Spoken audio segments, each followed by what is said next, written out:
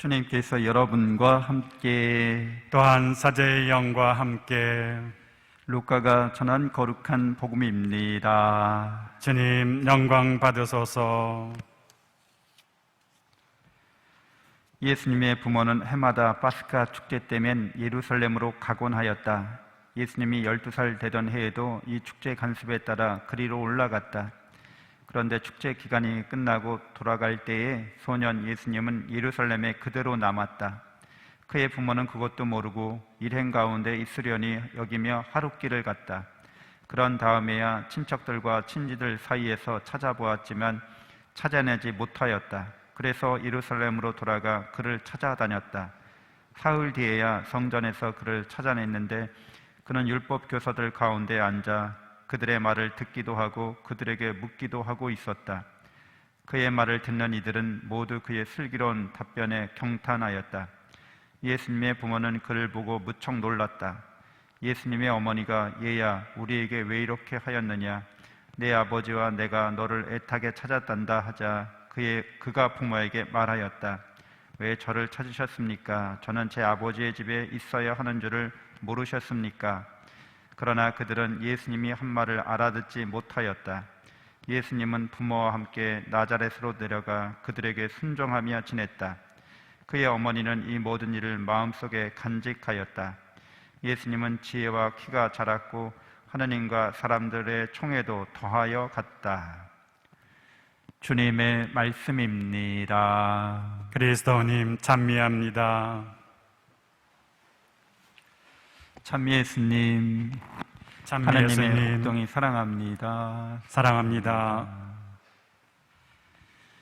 네, 우리 오늘 성모 마리아 신신미사를 봉헌하면서 또 모든 수호천사의 날로 이렇게 지내고 있습니다. 우리는 성모님께서 천사의 아뢰을 받고 예수 그리스도를 잉태하였음을 복음에서 들었습니다. 천사들은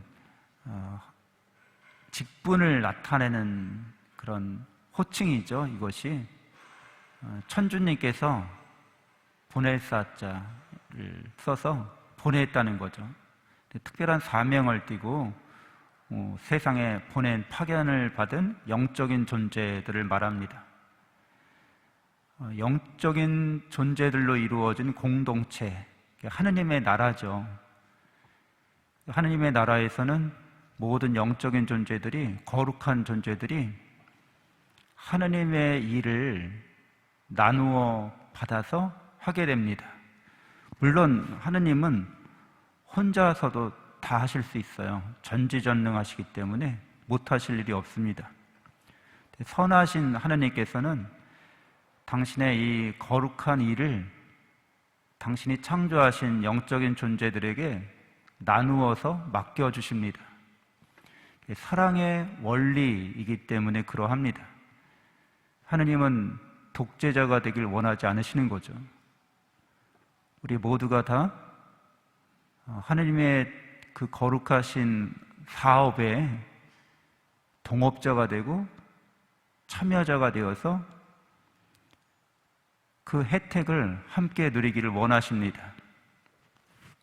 하나님의 일하는 방식이 그래요. 우리는 아무런 투자한 것이 없고 우리는 아무런 권리가 없습니다. 그런데 우리에게 지분을 기꺼이 나눠주시는 거죠. 그래서 천사들은 바로 그러한 거룩한 하나님의 일에 동참하고 참여하는 존재들로서 천사들 역시 그러한 일을 통해서 자기 성숙을 가져올 수 있습니다. 영적으로 성장하게 되는 거죠. 그러니까 모든 영적인 존재들은 늘 되어가고 있습니다. 되어가는 존재로서 하느님을 향해서 끊임없이 닮아가는 존재가 되는 거죠. 이게 영적인 존재들의 희망입니다. 희망이 차게 산다는 거예요. 이 희망은 영원히 끝나지 않는 희망이기도 합니다. 계속해서 더 나아지고 성숙할 수 있기 때문에 계속해서 성취감을 맛보면서 더 큰 성취를 향해서 도전하는 거죠. 그리고 하느님의 일을 기꺼이 감당하기를 원하는 겁니다. 더 어려운 일, 더 힘든 일을 시켜주십시오. 하느님께서 보내시는 곳이면 어디든지 제가 가겠습니다라고 순종적인 자세로 하느님 앞에 서 있습니다. 하느님께서 명령하시면 기꺼이 우리에게 옵니다. 세상에 옵니다. 영적인 존재들은 이렇게 스스로를 하느님과의 사랑과 은총의 관계 안에서 자기가 누군지를 아는 존재들이죠. 자기가 왜 존재하는지를 아는 거예요. 존재 이유를 아는 겁니다. 여러분들도 다 존재하고 계시죠? 존재 이유를 여러분도 잘 아시죠? 내가 왜 있는지, 무엇을 위해 있는지, 존재의 목적, 그 분명히 다 자각하고 깨달은 존재들입니다. 그래서 자기 존재 이유와 존재 목적에 맞게 충실합니다. 성실한 거죠. 끊임없이 성숙합니다.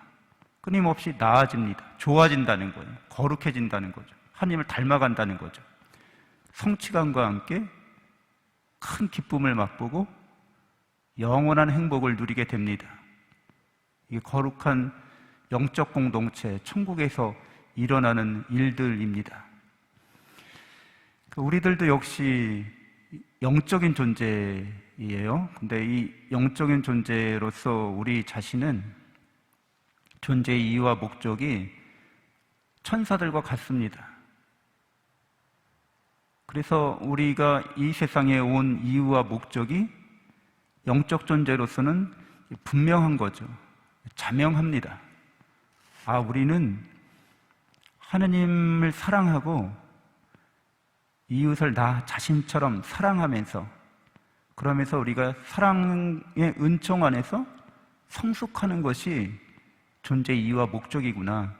그리고 그렇게 내가 존재의 이유와 목적에 충실하면 할수록 나의 수호천사가, 그 영적인 존재가 나에게 끊임없이 도움을 준다는 거예요. 그래서 더 친밀해지고 더 그런 도움으로, 친밀한 도움으로 더 굳은 확신을 갖게 된다는 거죠. 이런 영적인 존재들은 이제 성모님께도 나타나셔서 이렇게 말씀드린 바와 같이 그런 천사의 RM을 잘 받아들이는 성모님과 같이 서로 이렇게 합이 잘 맞아야만 이게 가능해집니다. 자기가 이 세상에 존재하는 이유나 목적을 몰라. 왜 태어났는지 몰라. 왜 사는지를 몰라. 그래서 그냥 생각 없이 살아. 그냥 사회가 굴러가는 대로 살아. 자연스럽게 살아. 이 자연스럽게 산다는 말이 좋은 뜻도 있지만 별로 좋지 않은 뜻도 있어요. 생각 흘러가는 대로 산다는 거죠. 사회가 흘러가는 대로 산다는 거죠. 인간은 이 몸과 마음을 지니고 있어서 이 몸과 마음의 영향을 안 받을래야 안 받을 수 없어요. 그러니까 환경이 영적인 삶을 살아가는데 어떤 난관을 만난 거나 마찬가지라고 할 수 있어요. 자기를 영적인 존재로 자각하기가 쉽지가 않아요. 타락한 원죄로 말미암아 타락했기 때문에 자기를 그냥 몸과 마음으로만 여기고 있다는 거죠. 근데 이 몸과 마음은 진짜 내가 아닙니다. 영적인 존재가 진짜 난 거죠. 그래서 여러분, 그 몸과 마음이 내가 아니다 그러면은 되게 어려운 말이다.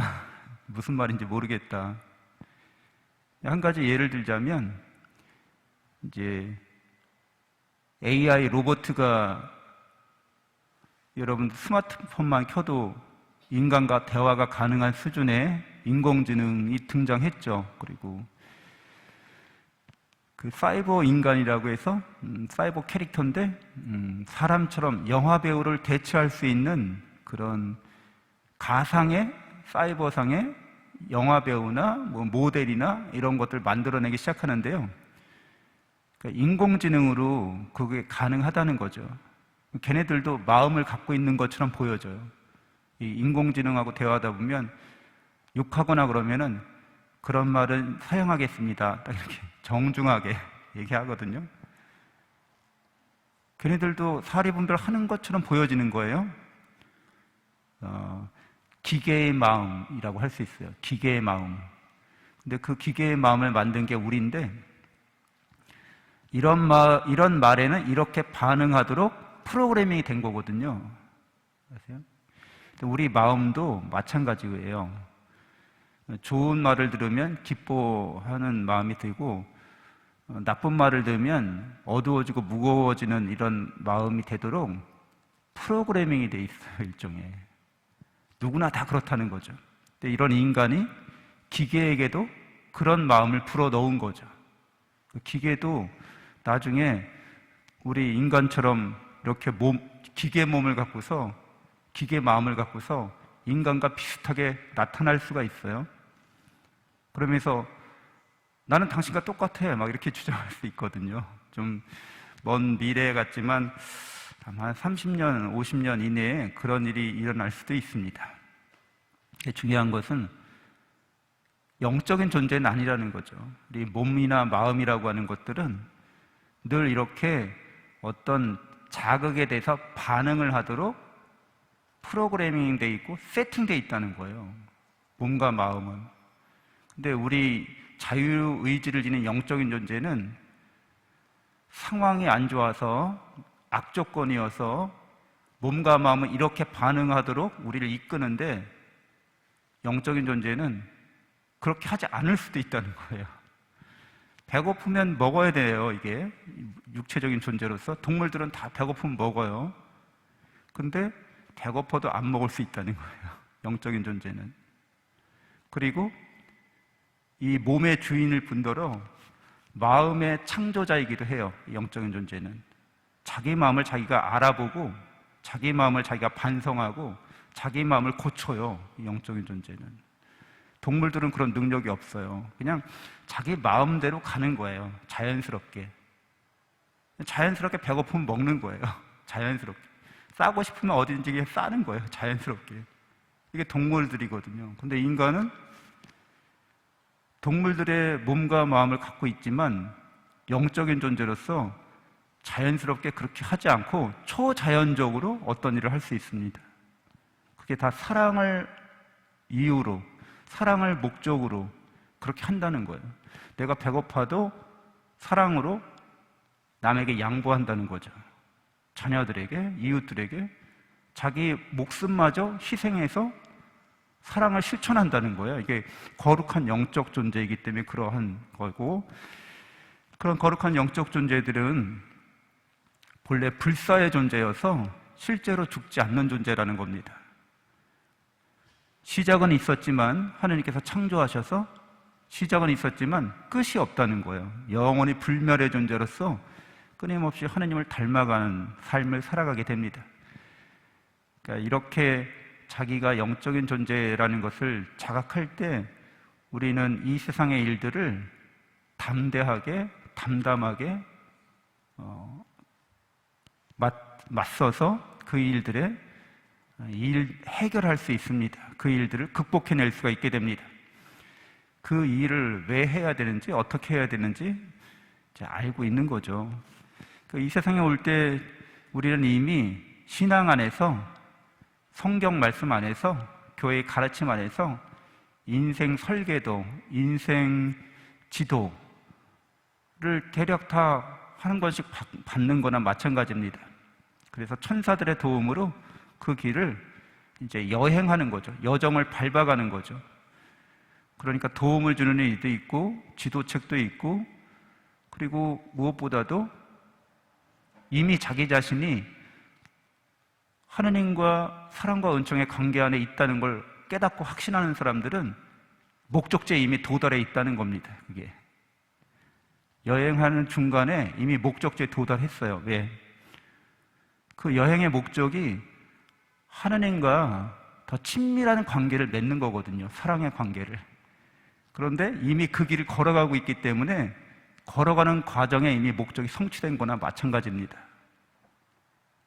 더 하느님을 사랑하는 마음으로 그 일을 감당하고 있기 때문에 그렇게 되는 거예요. 그러니까 이 신앙 안에서 인생을 살아가는 것은 우리에게 평화를 주고 기쁨을 주고 만족을 줍니다. 그리고 더 하나님께 헌신하고 싶은 마음을 불러일으키는 거죠. 왜냐하면 그분은 우리에게 끊임없이 더 좋은 걸 주시는 분이기 때문에. 이 세상에서는 여러분들 좋은 게 한정돼 있어요. 그래서 남이 많이 가지면 내 몫이 줄어드는 게 이 세상이에요. 어쩔 수 없잖아요. 무한정의 세계가 아니라 제한된 세계이기 때문에 그런 거죠.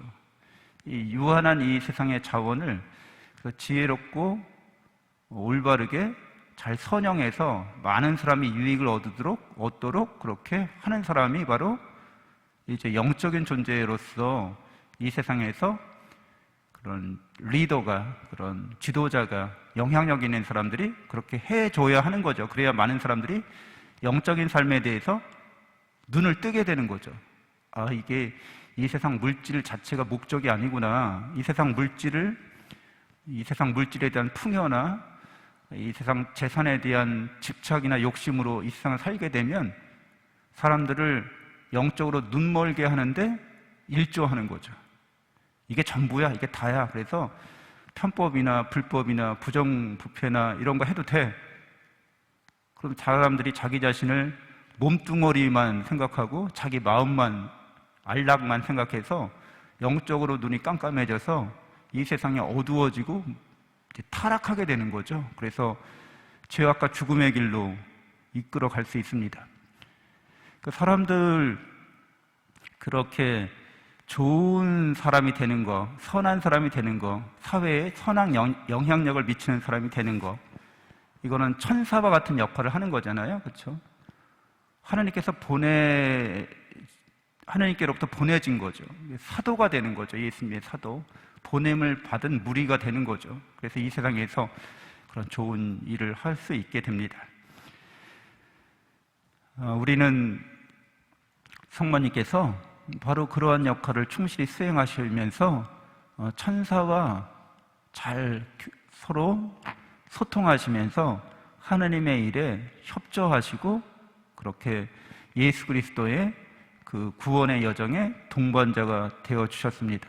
여러분들도 수호천사들의 도움을 받아서 또 성모님께서 걸어가신 그런 영적인 길에 있어서 늘 도움을, 전구를 구하시면서 여러분 자신과 여러분의 가정과 또 이 본당 공동체를 통해서 지역사회에 선한 영향력을 행사하는 천사들이 되시기를 바랍니다. 잠시 눈을 감고 묵상하겠습니다.